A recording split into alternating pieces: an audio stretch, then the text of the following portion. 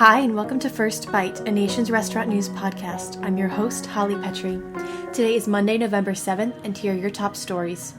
First, has the Papa John's bubble of prosperity popped? Papa John's reported negative sales and revenue after 12 straight quarters of outperformance, while its competitors saw positive same-store sales growth. Second, RBI finds Reclaim the Flame investment program ignites Burger King franchisee interest. Burger King operators oversubscribe in company's plan to update U.S. system, CEO says on Q3 earnings call. Third, Shake Shack ramps up labor efforts to support traffic recovery growth. During Shake Shack's Q3 earnings call, executives noted that staffing remains a challenge as the company continues to grow its footprint. Fourth, how Noodles & Company is leveraging data to weather economic instability. The fast casual is tapping into data to enhance and personalize each guest's experience. And finally, Menu Tracker. New items from Dunkin', Dutch Bros, and Caribou Coffee. See what chains across the country added to menus this week. Now let's dive deeper into one of these stories. After Papa John's had seemingly taken the top-performing pizza spot from the indomitable Domino's this year, the company reported negative sales and revenue for the third quarter ended September 25, 2022, following 12 straight quarters of outperformance. Comparatively, Papa John's competitors, Pizza Hut and Domino's, both reported positive same-store sales growth of 1% and 2% respectively, despite the staffing challenges the restaurant industry continues to face. So who's to blame for the same-store sales slowdown of negative 1% and a revenue decrease of $2 million? The challenging macroeconomic climate might have contributed to the less-than-ideal financial results in a more roundabout way.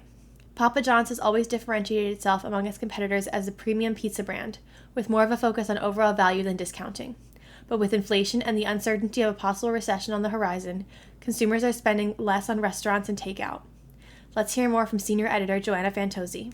So, surprisingly, Papa John's saw a negative sales trend this quarter after, I believe it was 12 straight quarters of outperformance. And I feel like at the beginning of this year, we were asking the question, has Papa John's overtaken Domino's as kind of the most successful pizza chain of the moment?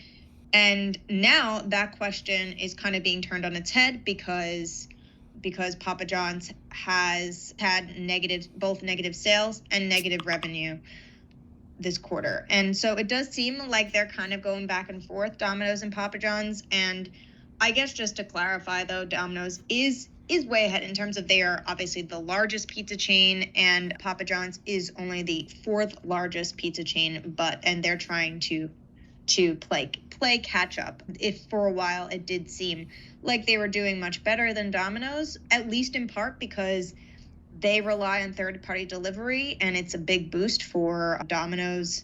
It's a big boost for them, whereas Domino's has to have their own delivery drivers. Their whole big thing is their first party delivery, and they don't do third party, which definitely has been a challenge for them. But now that competition has sort of flipped this quarter. And so, what do you think about the fact that Papa John's is more of a premium offering when it comes to pizza? Right. So part of the reason why you're seeing really a slowdown, they're calling it a slowdown, a slowdown this quarter, is because of the macroeconomic situation. Now you might be thinking, well, every restaurant has that. That's not really a variable. That's more of a constant. Every restaurant has to deal with inflation, labor challenges, increased wages, all of that. But at the same time, Papa John's has differentiated itself as sort of a more premium pizza than its competitors in the industry. And so therefore, they're a little bit more pricey. And if you are seeing this economic situation where there's rampant inflation, where there might be a recession on the horizon, maybe you're not going to want to spend the money on Papa John's.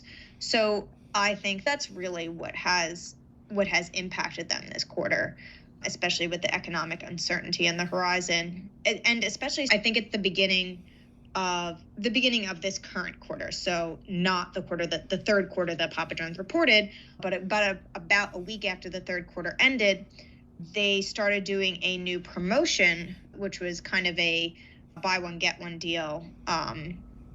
called Papa Pairings. And that is really interesting because Papa John's has always touted itself as the one that they don't do national discounting. That's kind of how they differentiate themselves from Domino's, is it has to cost this X amount of money because they're giving you the premium ingredients and the premium pizza. We know the slogan.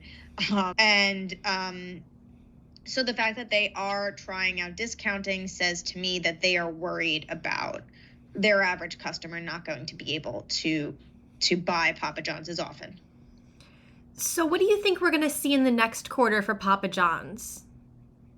I think if I had to guess, I think that they will bounce back, because I do think this is temporary, because we have seen a lot of interesting innovation from them, and we're seeing their competitors, Pizza Hut and Domino's to a lesser extent, kind of follow in their footsteps in terms of menu and tech innovation.